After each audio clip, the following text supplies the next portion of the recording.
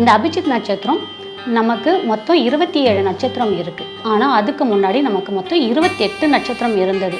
காலப்போக்கில் ஒரு நட்சத்திரமாக தான் அபிஜித் நட்சத்திரம் நீக்கப்பட்டுட்டாங்க.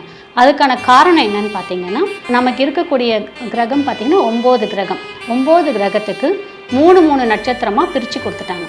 பிரித்து கொடுக்கும்போது 27 நட்சத்திரம் போயிடுது. ஒரு நட்சத்திரம் தனியாக நின்றதுனால அது ஜோதிட ரீதியாக நீக்கப்பட்டுட்டாங்க. அந்த நட்சத்திரத்தை கிருஷ்ண பகவான் அவருடைய மயில் பிழகிக்கு பின்னாடி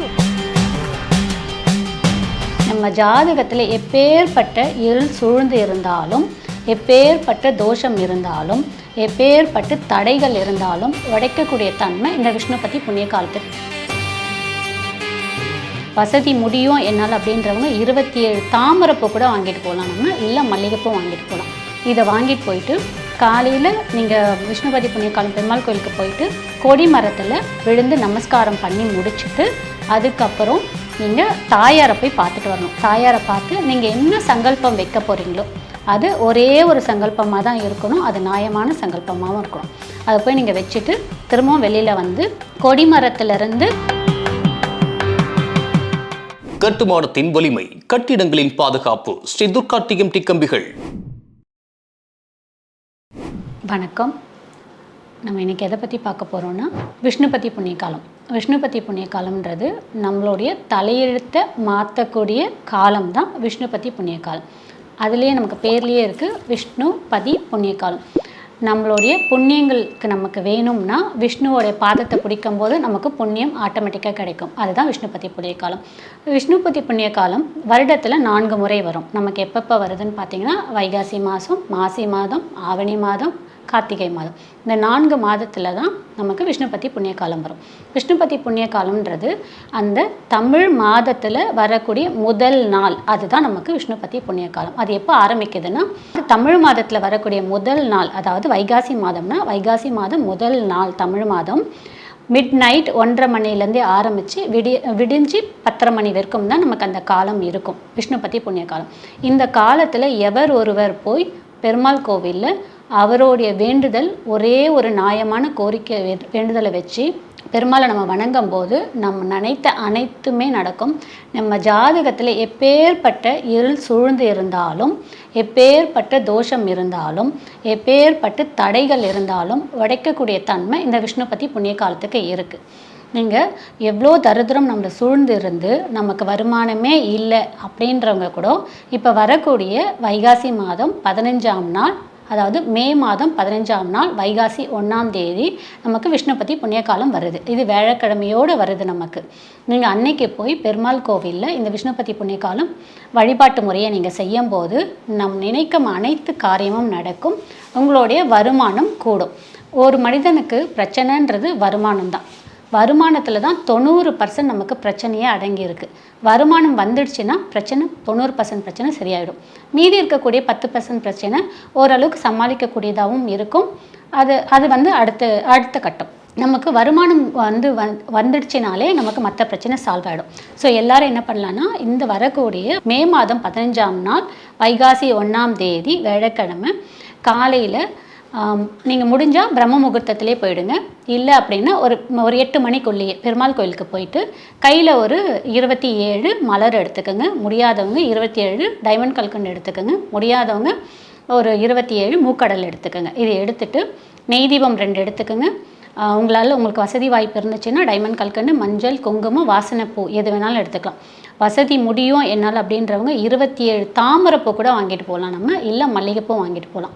இதை வாங்கிட்டு போயிட்டு காலையில் நீங்கள் விஷ்ணுபதி புண்ணிய காலம் பெருமாள் கோயிலுக்கு போயிட்டு கொடி மரத்தில் விழுந்து நமஸ்காரம் பண்ணி முடிச்சுட்டு அதுக்கப்புறம் நீங்கள் தாயாரை போய் பார்த்துட்டு வரணும். தாயாரை பார்த்து நீங்கள் என்ன சங்கல்பம் வைக்க போகிறீங்களோ அது ஒரே ஒரு சங்கல்பமாக தான் இருக்கணும். அது நியாயமான சங்கல்பமாகவும் இருக்கணும். அதை போய் நீங்கள் வச்சுட்டு திரும்பவும் வெளியில் வந்து கொடிமரத்துலேருந்து கருவறை சேர்ந்தா போல் வந்து 27 முறை சுற்றணும். ஒரு முறை சுற்றும் போதும் உங்கள் கையில் இருக்கக்கூடிய டைமண்ட் கல்கண்டோ இல்லை மல்லிப்பூவோ இல்லை தாமரையோ ஏதோ நீங்கள் கொடி மரத்தில் வச்சிடணும். அந்த மாதிரி 27 முறை நீங்கள் சுற்றி வந்துட்டு உங்களுடைய சங்கல்பத்தை திரும்பவும் கொடி மரத்துக்கிட்ட விழுந்து கும்பிட்டு உங்கள் சங்கல்பத்தை சொல்லிவிட்டு திரும்பவும் போய் தாயாரை போய் தரிசனம் பண்ணி பெருமாளை தரிசனம் பண்ணிவிட்டு வாங்க. அடுத்த விஷ்ணுபதி புண்ணிய காலம் வர்றதுக்குள்ளே ஆவணி மாதம் வரும். அதுக்குள்ளே நீங்கள் என்ன வேண்டுதல் வச்சிங்களோ அது கண்டிப்பாக நடக்கும். நீங்கள் நடந்ததுக்கப்புறம் நீங்களே கமெண்ட்ஸில் எனக்கு போடுவீங்க. இது அவ்வளோ சக்தி வாய்ந்த விஷ்ணுபதி புண்ணிய காலம். இது வந்து ஒரு செட் ஆஃப் பீப்புள் மட்டும்தான் இதை பயன்படுத்திட்டு இருந்தாங்க. ஆனால் இந்த வந்து எல்லாருக்குமே போய் சேரட்டும்னு சொல்லி ஒரு சித்தர் மகான் வந்து திருவண்ணாமலையில் இருக்காங்க. அவர் தான் வந்து இது எல்லாருக்கும் போய் சேரட்டும், கஷ்டப்படுறவங்க எல்லாருக்குமே போய் சேரட்டும்னு சொல்லி சொன்னாங்க. இதை நான் கடந்த ஒரு 10 வருடமாக ஃபாலோ பண்ணிகிட்ருக்கேன். இதில் ஏற்கனவே ஒரு பதிவில் நான் சொல்லியிருக்கேன். அதில் ஒருத்தவங்க கமெண்ட் பண்ணியிருந்தாங்க. நான் புக்கை பார்த்து தான் இந்த பதிவெல்லாம் போடுறேன். இந்த பதிவெல்லாம் உங்களுக்கு நான் சொல்கிறது ஒரு புக்கை பார்த்து ஒரு சித்தருடைய புக்ஸை படித்து தான் நான் சொல்கிறேன். அவங்களுக்கு நான் அதை ப்ரூவ் பண்ணணுன்ற அவசியம் எனக்கு கிடையாது. நல்லதை சொல்கிறோம், முடிஞ்சவங்க எடுத்துக்கங்க, வேண்டான்றவங்க விட்டுடுங்க. அதை விட்டுட்டு செய்கிறவங்களையும் கஷ்டப்படுத்தாதீங்க. இதுவே நமக்கு கர்மாவாக வந்து திரும்பவும் சேரும். இந்த விஷ்ணுபதி புண்ணிய காலம் முடித்ததுக்கப்புறம் வீட்டுக்கு நீங்கள் போகும்போது வெத்தலை வாங்கிக்கோங்க, பாக்கு வாங்கிக்கோங்க, மஞ்சள், டைமண்ட் கல்கண்டு, பூவு, உப்பு, இந்த 5 ஐட்டம் வாங்கிட்டு போய் உங்களுடைய பூஜை அறையில் வச்சுட்டு நீங்கள் திரும்பவும் என்ன பெருமாள் கிட்ட நீங்கள் உங்களோட சங்கல்பம் வச்சிங்களோ அதே சங்கல்பத்தை உங்களுடைய பூஜை அறையிலையும் வச்சுட்டு நீங்கள் விழுந்து நமஸ்காரம் பண்ணிவிட்டு அதுக்கப்புறம் நீங்கள் உங்களுடைய ரொட்டீன் பண்ணுங்கள். பெருமாள் நீங்கள் என்ன வேண்டுதல், நீங்கள் என்ன சங்கல்பம் வச்சிங்களோ அதை கண்டிப்பாக பெருமாள் உங்களுக்கு நிறைவேற்றி கொடுப்பார். திரும்பவும் சொல்கிறேன், இது எப்போ வருதுன்னு பார்த்தீங்கன்னா மே 15ஆம் தேதி, வைகாசி 1ஆம் தேதி, நமக்கு தமிழ் மாதம் வைகாசி 1ஆம் தேதி விடிய காலையில் 1:30 மணிலேருந்து 10:30 மணி வரைக்கும் நமக்கு இந்த விஷ்ணுபதி புண்ணிய காலம் இருக்குது. ரொம்ப உகர்ந்த நேரம்னு பார்த்திங்கன்னா 4:30 மணிலேருந்து 7:30 மணி வரைக்கும். முடிஞ்சவங்க இந்த வாய்ப்பை யூஸ் பண்ணிக்கோங்க. நம்மளுடைய எப்பேற்பட்ட தலையெழுத்தும் மாற்றக்கூடிய தன்மை இந்த விஷ்ணுபதி புண்ணிய காலத்துக்கு இருக்குது. அபிஜித் நட்சத்திரத்தை பற்றி பார்க்க போகிறோம். அபிஜித் நட்சத்திரம் கேட்டதை கொடுக்கக்கூடிய அபிஜித் நட்சத்திரம். மோஸ்ட் பவர்ஃபுல் 24 மினிட்ஸ் இந்த அபிஜித் நட்சத்திரம் எல்லாருக்குமே தெரியும். டெய்லியுமே நமக்கு அபிஜித் முகூர்த்தம் வருது. அது நமக்கு 11:46லேருந்து 12:15 வரைக்குமே நமக்கு டெய்லியுமே அபிஜித் முகூர்த்தம் இருக்குது. ஆனால் இந்த அபிஜித் நட்சத்திரம்ன்றது மாதத்தில் ஒரு முறை தான் நமக்கு வரும். இந்த அபிஜித் நட்சத்திரம் எப்போ வருதுன்னு பார்த்திங்கன்னா இந்த மாதம் மே 18ஆம் தேதி 6:41 PM 7:05 PM வரைக்கும் நமக்கு இந்த மோஸ்ட் பவர்ஃபுல் 24 மினிட்ஸ் இருக்குது. +or- 5 மினிட்ஸ் முன்னாடி போட்டுக்கோங்க, 5 மினிட்ஸ் பின்னாடி போட்டுக்கோங்க. ஏன்னா ஒவ்வொருத்தர் வீட்டோடைய டைமிங் வந்து டிஃபர் ஆகும், கொஞ்சம் முன்ன பின்ன அட்ஜஸ்ட் ஆகும். அதனால் நீங்கள் அந்த மோஸ்ட் பவர்ஃபுல் 24 மினிட்ஸ் மிஸ் பண்ணிடாதீங்க. நீங்கள் ஒரு 6:40க்கே ஆரம்பிச்சிடுங்க, 7:10 வரைக்குமே எடுத்துக்கோங்க கணக்கு. இந்த டைம் நீங்கள் என்ன வேண்டுறீங்களோ அது அப்படியே நடக்கும். இது நான் பல மாதமாக இந்த அபிஜித் நட்சத்திரத்தை பற்றி நான் சொல்லிகிட்ருக்கேன், நிறைய வீடியோஸில் சொல்லிகிட்ருக்கேன். இதை நிறைய பேர் பயன்படுத்திட்டு நிறைய கமெண்ட்ஸுமே போட்டிருக்கீங்க, வீடியோஸ்க்கு கீழே கமெண்ட்ஸுமே போட்டிருக்கீங்க, மாதம் சொல்லுங்கன்னு கேட்டிருக்கீங்க. அதுக்காக தான் நம்ம நேர்களுக்காக நான் இன்றைக்கி அதை சொல்கிறதுக்காக தான் வந்திருக்கேன். மே மாதம் வரக்கூடிய அபிஜித் நட்சத்திரத்தோடைய வழிபாடு. முதல்ல அபிஜித் நட்சத்திரம் என்னன்னு நிறைய பேருக்கு தெரியும், தெரியாதவங்களுக்காக சொல்கிறேன்.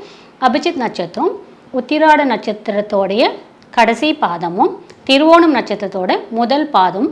இதில் 12 நிமிஷம், அதில் 12 நிமிஷம், ரெண்டும் சேர்ந்தது தான் 24 நிமிஷம். அதாவது இதில் அரை நாழிகை, அதில் அரை நாழிகை, ரெண்டும் சேர்ந்தது தான் ஒரு நாழிகை.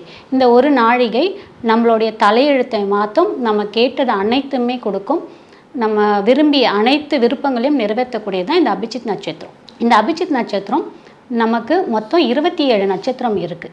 இப்போ காலப்போக்கில் 27 நட்சத்திரம் தான் இருக்குது. ஆனால் அதுக்கு முன்னாடி நமக்கு மொத்தம் 28 நட்சத்திரம் இருந்தது. காலப்போக்கில் ஒரு நட்சத்திரம் தான் அபிஜித் நட்சத்திரம் நீக்கப்பட்டுட்டாங்க. அதுக்கான காரணம் என்னன்னு பார்த்தீங்கன்னா, நமக்கு இருக்கக்கூடிய கிரகம் பார்த்திங்கன்னா 9 கிரகம். 9 கிரகத்துக்கு 3 நட்சத்திரமாக பிரித்து கொடுத்துட்டாங்க. பிரித்து கொடுக்கும்போது 27 நட்சத்திரம் போயிடுது. ஒரு நட்சத்திரம் தனியாக நின்றதுனால அது ஜோதிட ரீதியாக நீக்கப்பட்டுட்டாங்க. அந்த நட்சத்திரத்தை கிருஷ்ண பகவான் அவருடைய மயில் பிழகிக்கு பின்னாடி ஒளிச்சு வச்சிருக்கார். இந்த அபிஜித் நட்சத்திரத்தை யூஸ் பண்ணி தான் மகாபாரதத்தில் பாண்டவர்கள் அவங்க போர் புரியும் போது கிருஷ்ணர் வந்து இந்த அபிஜித் நட்சத்திரத்தை யூஸ் பண்ணி தான் அவங்க போரில் வின் பண்ணதாக ஒரு சரித்திரமே இருக்குது. அந்த அபிஜித் நட்சத்திரத்தை யூஸ் பண்ணி தான் மகாபாரதத்திலே பாண்டவர்கள் ஜெயிச்சதாக வந்து ஒரு புராணங்கள் சொல்லுது. அது எந்த அளவுக்கு உண்மை நமக்கு தெரியல, ஆனால் முன்னோர்கள் நமக்கு சொல்லி வச்சுருக்காங்க அதை பற்றி. அதே மாதிரி நம்மளுடைய வேண்டுதல், நியாயமான வேண்டுதல், நம்மளுடைய புண்ணிய சக்திக்கு ஏற்றா போல் கண்டிப்பாக அது நடக்கும். இந்த 24 நிமிடம் மோஸ்ட் பவர்ஃபுல் 24 மினிட்ஸ் நீங்கள் யூஸ் பண்ணிக்கோங்க. இந்த மாதம் எப்போ வருதுன்னா நான் திரும்பவும் சொல்கிறேன், மே மாதம் 18ஆம் தேதி ஞாயிற்றுக்கிழமை 6:41 7:05 வரைக்கும் இந்த மோஸ்ட் பவர்ஃபுல் 24 மினிட்ஸ் இருக்குது. இது சண்டேவாக வருது. நீங்கள் எங்கே இருந்தாலும் இந்த நேரத்தை யூஸ் பண்ணி நீங்கள் பூஜை பண்ணலாம். வீட்டில் இருக்கவங்க மொத்த குடும்பத்துக்குமே ஒரு பிளேட்டில் 2 நெய் தீபம் ஏற்றி வச்சுக்கோங்க. எப்பயுமே பெருமாளுக்கு நெய் தீபம் தான் ஏற்றணும். கிருஷ்ணருன்றதுனால கண்டிப்பாக நெய் தீபம் தான். 2 நெய் தீபம் பூ வச்சுட்டு ஒரு டம்ளர் தண்ணி எடுத்து வச்சுட்டு நீங்கள் உங்களுடைய வேண்டுதல் மொத்த குடும்பத்துக்குமே ஒரே வேண்டுதல் வைங்க. அந்த வேண்டுதலை சங்கல்பமாக வச்சுக்கிட்டு உங்களுக்கு தெரிஞ்ச மந்திரம் ஏதாவது சொல்லலாம். தெரியல அப்படின்னா உங்களோட குலதெய்வத்தோட மந்திரம் சொல்லலாம். அதுவும் தெரியல உங்களோட இஷ்ட தெய்வத்தோட மந்திரம் சொல்லலாம். அதுவும் முடியல அப்படின்னா நீங்கள் ஓம் அபிஜித்தாய நமகன்னு சொல்லலாம். இல்லை கோவிந்தா கோவிந்தா கோவிந்தான்னு சொல்லலாம். ஏன்னா இந்த அபிஜித் நட்சத்திரம் கிருஷ்ணரோடைய மயில் பிழகிக்கு பின்னாடி தான் இருக்குது. ஸோ நம்ம அவரையுமே இந்த நேரத்தில் நம்ம வணங்கும் போது நம்மளுடைய விருப்பங்கள் அனைத்துமே நிறைவேறதுக்கான வாய்ப்புகள் மிக மிக அதிகமாக இருக்குது. அது புண்ணியசக்திக்கு ஏற்றா போல். ஏன் நான் புண்ணியசக்தி அடிக்கடிக்கு சொல்கிறேன் அப்படின்னா, நம்ம எவ்வளோக்கு எவ்வளோ நம்மளுடைய நல்ல விஷயங்களை செய்கிறோமோ நம்மளுடைய புண்ணிய கர்மா ஆட் ஆகிட்டே இருக்கும், நம்மளுடைய பாவக்கர்மா குறைஞ்சிட்டே இருக்கும். அதனால் நம்மளுடைய பாவக்கர்மா குறைய குறைய குறைய நம்மளுடைய ஆசைகள் என்ன என்றோமோ அதை ஈஸியாக நமக்கு நிறைவேறதுக்கான வாய்ப்புகள் மிகவும் அதிகமாக இருக்குது. அதனால் எல்லாருமே இந்த அபிஜித் நட்சத்திரத்தை யூஸ் பண்ணிக்கோங்க. இந்த மாதம் வரக்கூடியது நம்ம விரும்பிய அனைத்து செயலுமே இனிதேவே நடக்கும். நம்மளுடைய விருப்பங்கள் அனைத்துமே நமக்கு நல்லதாகவே நடக்கும். இதை யூஸ் பண்ணிக்கோங்க. நான் வேற ஒரு பதிவில் சந்திக்கிறேன். நன்றி, வணக்கம். இந்த வீடியோ உங்களுக்கு பிடிச்சிருந்தா லைக் பண்ணுங்க, ஷேர் பண்ணுங்க, கமெண்ட் பண்ணுங்க. மறக்காம பெல் பட்டனை கிளிக் பண்ணிட்டு பக்தி கஃபே தமிழ் சேனலை சப்ஸ்கிரைப் பண்ணிடுங்க.